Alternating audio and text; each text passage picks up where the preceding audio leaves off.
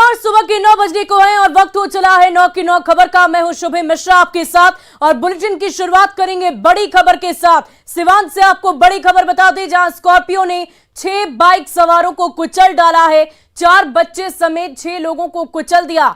हादसे में एक बच्चे की मौत की खबर है। 5 घायलों की हालत गंभीर बताई जा रही है। दरअसल एक ही बाइक पर सभी लोग सवार थे और ड्राइवर स्कॉर्पियो लेकर फरार हो गया है। मुफस्सिल थाना क्षेत्र की ये पूरी घटना बताई जा रही है। तो ये दर्दनाक सड़क हादसे की खबर सामने आई है। एक ही बाइक पर सवार सभी लोग जख्मी बताए जा रहे हैं और एक बच्चे की मौत हो गई है। और इस पूरी खबर की अधिक जानकारी के साथ हमारे संवाददाता मृत्युंजय हमारे साथ फोन लाइन पर जुड़ चुके हैं। मृत्युंजय, क्या कुछ जानकारी है इस पूरे सड़क हादसे को लेकर? ये देखिए, पूरा मामला मुफस्सिल थाना क्षेत्र के छाप बाजार की घटना बताई जा रही है, जहां एक ही बाइक पे पति पत्नी अपने 4 अन्य बच्चे के साथ श्राद्ध क्रम में शामिल होने जा रहे थे। तभी तेज रफ्तार अनियंत्रित बोलेरो ने रौंद दिया, जिसमें एक बच्चे की दर्दनाक मौत हो गई। वहीं 2 बच्चे की स्थिति गंभीर बताई जा रही है। सभी को जो राहगीर है, स्थानीय लोग हैं, उठाकर इलाज के लिए सिवान सदर अस्पताल लाया, जहाँ 3 बच्चे की हालत गंभीर बताई जा रही है। वहीं पति पत्नी इस हादसे में घायल हुए हैं। वो लोग भी कुछ बताने को तैयार नहीं, उनकी भी चोटें लगी है। लेकिन जिस तरह से एक बड़ी दर्दनाक घटना हुआ है, एक मासूम बच्चे की मौत हो गई है, वहीं 3 अन्य बच्चे गंभीर रूप से घायल है, जिसको बेहतर इलाज के लिए सिवान सदर अस्पताल से किसी अन्य प्राइवेट नर्सिंग होम ले जाकर इलाज किया जा रहा है। जी, बहुत बहुत शुक्रिया मृत्युंजय हमारे साथ जुड़ने के लिए, तमाम जानकारी के लिए। और अगली खबर धनबाद से, जहां अवैध कोयला कारोबार पर रोक लगती नजर नहीं आ रही। बागमाड़ा थाना क्षेत्र के सीसीएल ब्लॉक 2 के केसी साइडिंग में कल रात दर्जनों कोयला चोर चोरी करने पहुंचे थे और यहां सीआईएसएफ की कोयला चोरों से भिड़ंत हो गई, जिसमें सीआईएसएफ के जवानों ने 4 कोयला चोरों को गोली मार दी। यहां घटना में चारों चोरों की मौत हो गई है। वहीं बाकी कोयला चोर अपनी बाइक छोड़कर भाग निकले। इस दौरान सीआईएसएफ की गाड़ी में भी तोड़फोड़ की गई। सूचना मिलने पर बागमाड़ा और बरोरा थाने की पुलिस मौके पर पहुंची और ग्रामीणों के बवाल से बचने के लिए कोयला चोर के शवों को मौके से हटवा दिया गया। इस दौरान जब मीडिया कर्मियों ने सीआईएसएफ अधिकारी से सवाल पूछे तो कैमरा छीनने तक की कोशिश की गई। ये 2 तस्वीरें इस वक्त आपकी टीवी स्क्रीन पर, सीआईएसएफ की गोलीबारी की तस्वीर, किस प्रकार से इस पूरी घटना को अंजाम दिया गया, और दूसरी उनकी गाड़ी जो क्षतिग्रस्त हुई है इस फायरिंग की घटना के दौरान, वो तस्वीर भी हम आपको दिखा रहे हैं। फायरिंग में 4 कोयला चोरों की मौत की खबर है।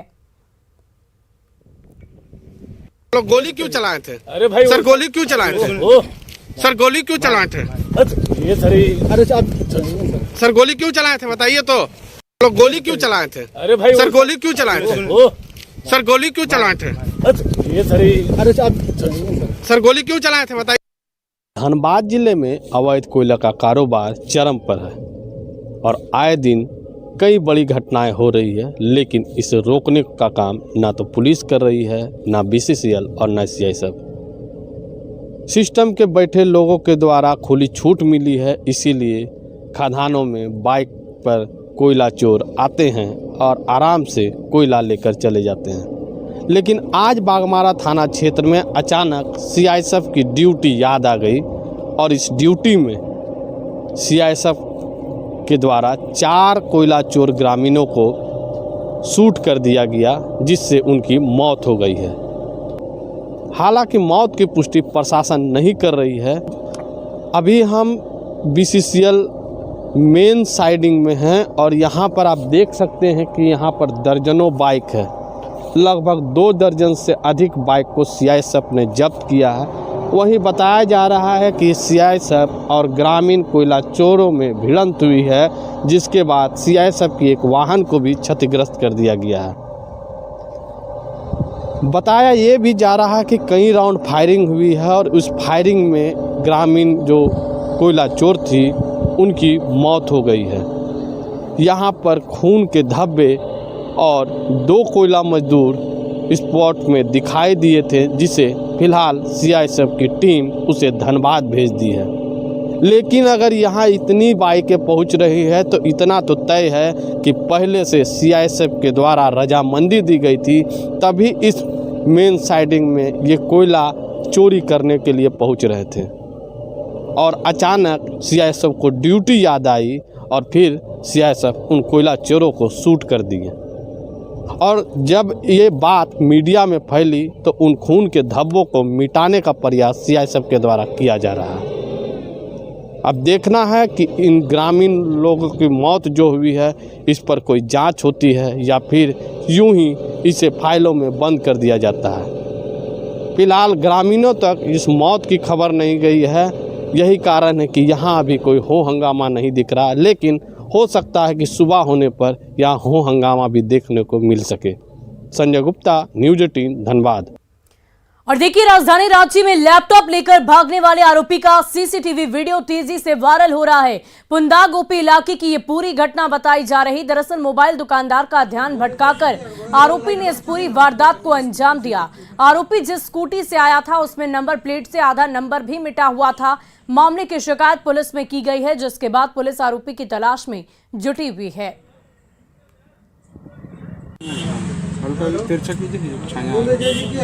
लाइट बंद कीजिए ना, उस पर लाइट के बचेगा।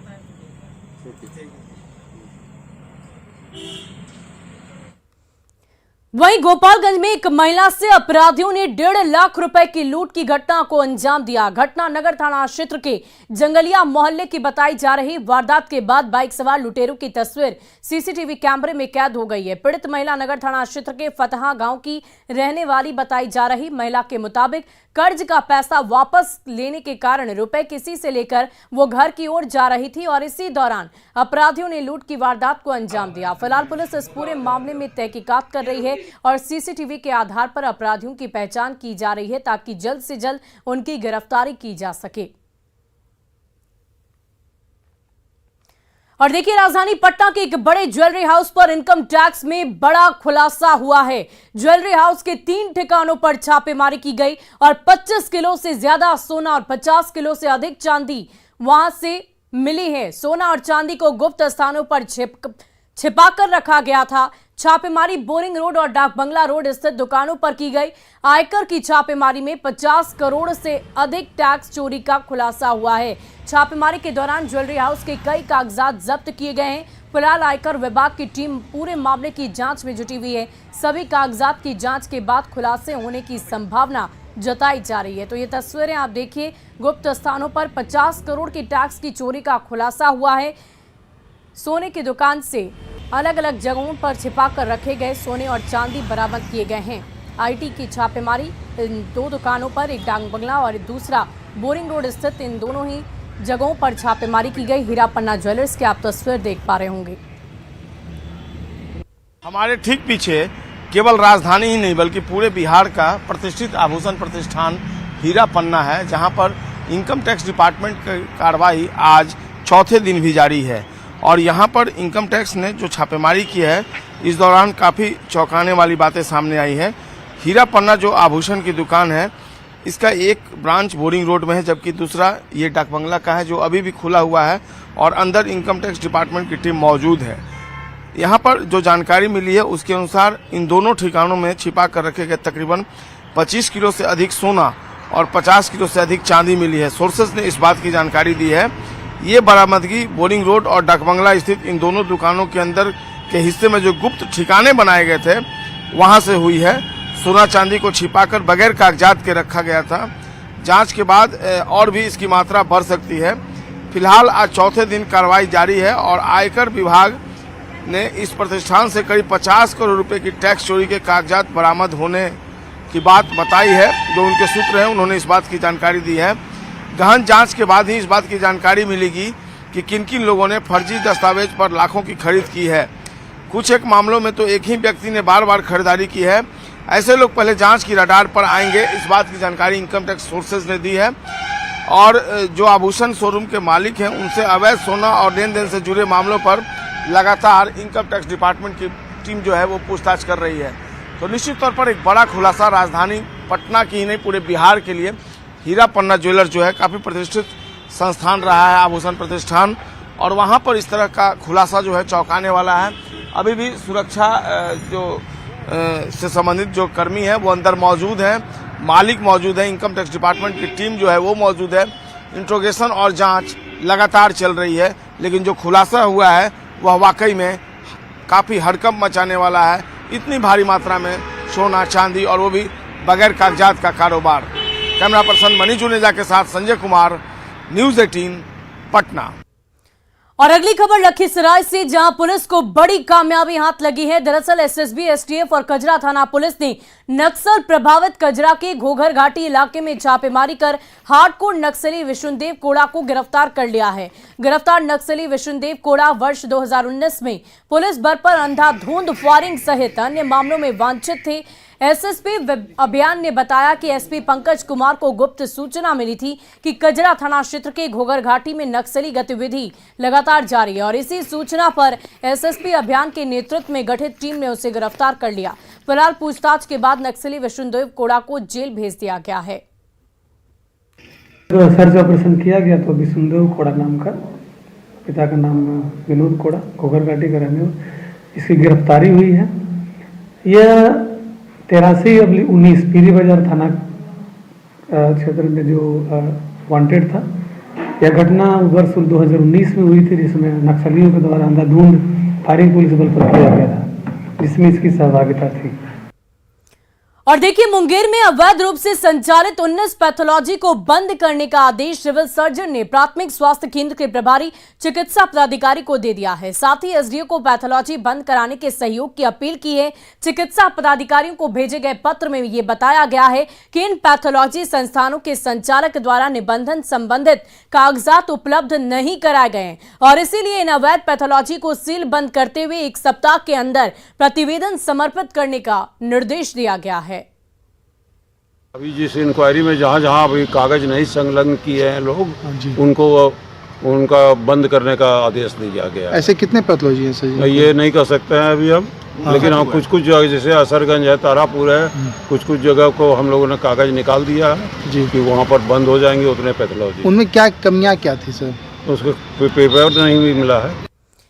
और देखिए, रोजी रोटी के लिए घर बार छोड़कर बड़े शहरों की ओर पलायन बिहार की एक बड़ी समस्या है और बड़ी ही आम समस्या भी है। लेकिन मधुबनी जिले के बासोपट्टी प्रखंड में एक युवा उद्यमी ने सुदूर ग्रामीण इलाके में रेडीमेड गारमेंट्स की छोटी सी यूनिट लगाकर करीब 20 युवाओं को प्रत्यक्ष और अप्रत्यक्ष रूप से अपने गांव में ही रोजगार उपलब्ध कराने का सराहनीय प्रयास किया है।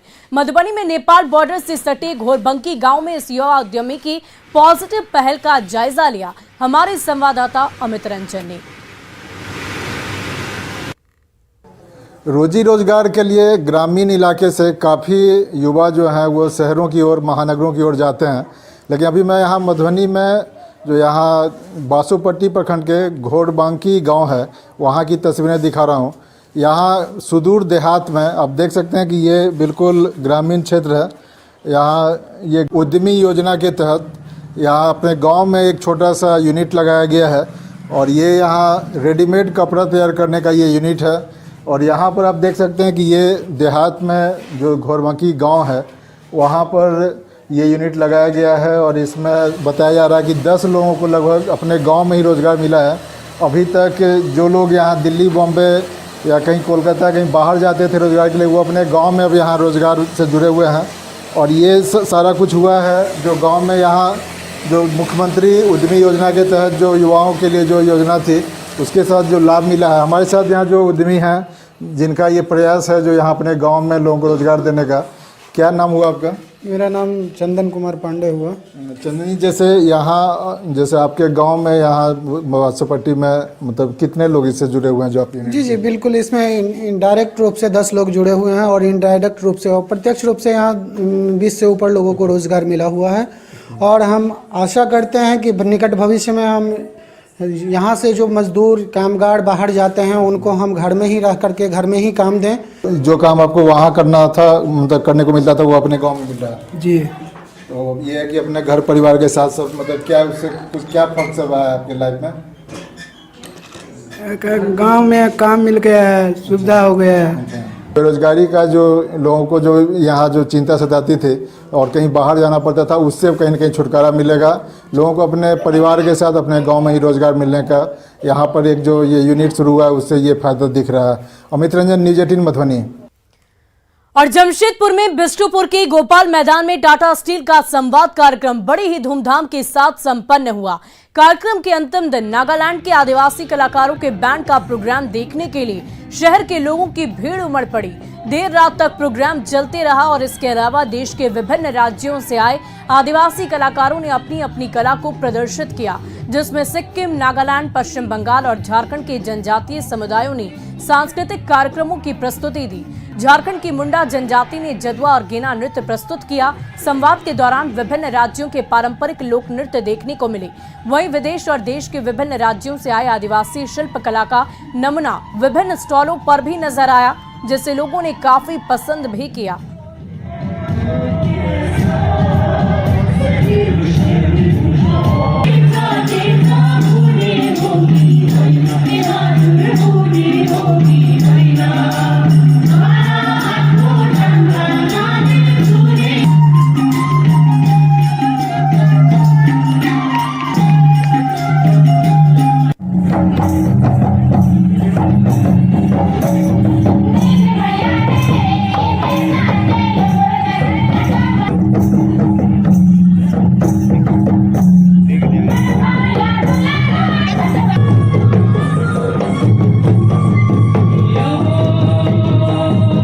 यहाँ के बहुत खुशी लगा कि ऐसा प्रोग्राम हमने पहले कभी नहीं देखा था।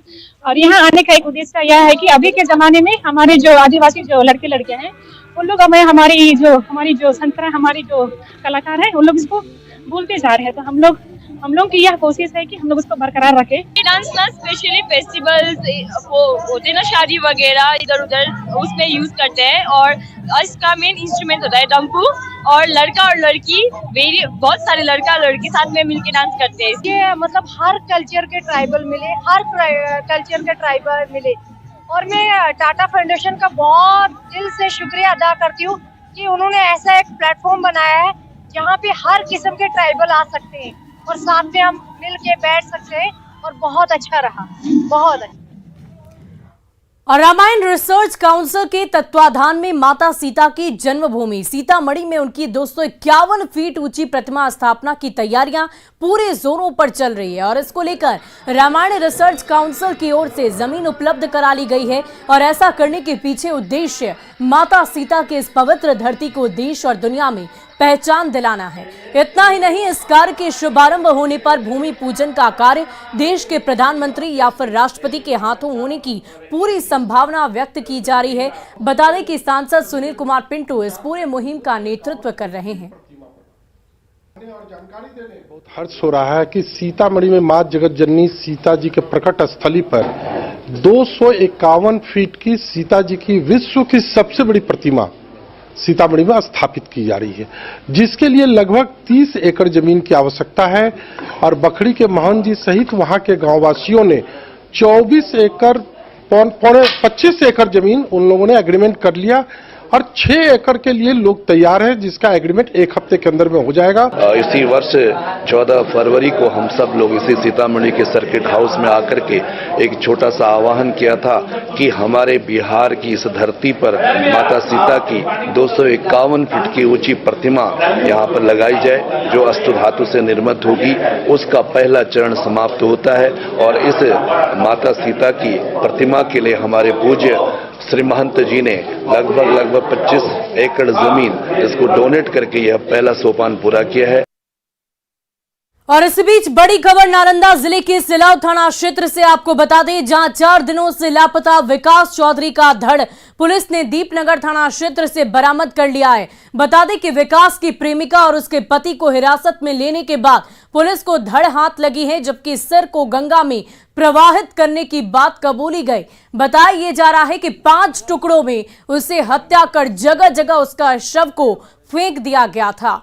तो ये बड़ी जानकारी आपको दे रहे हैं। सिर को गंगा में बहा दिया गया, लेकिन धड़ जो है वो अब पुलिस को मिल गई है। शव के 5 टुकड़े किए गए और लापता शख्स का धड़ मिल गया है। वहीं मुंगेर के वासुदेवपुर में एक झोला छाप डॉक्टर की लापरवाही से 10 वर्षीय बच्चे की मौत हो गई, जिसके बाद परिजनों ने जमकर बवाल काटा। हंगामे के बाद डॉक्टर क्लिनिक और घर छोड़कर फरार हो गया है। बताया जा रहा है कि डॉक्टर ने जो सुई दी थी उसके बाद बच्ची की हालत खराब हो गई। परिजन उसे सदर अस्पताल लेकर भागे, लेकिन वहां के डॉक्टरों ने बच्ची को मृत घोषित कर दिया। फिलहाल पुलिस इस पूरे मामले की तहकीकात में जुटी है। और फिलहाल इस बुलेटिन में अभी के लिए बस इतना ही, लेकिन न्यूज़ 18 बिहार झारखंड पर खबरों का सिलसिला लगातार जारी है।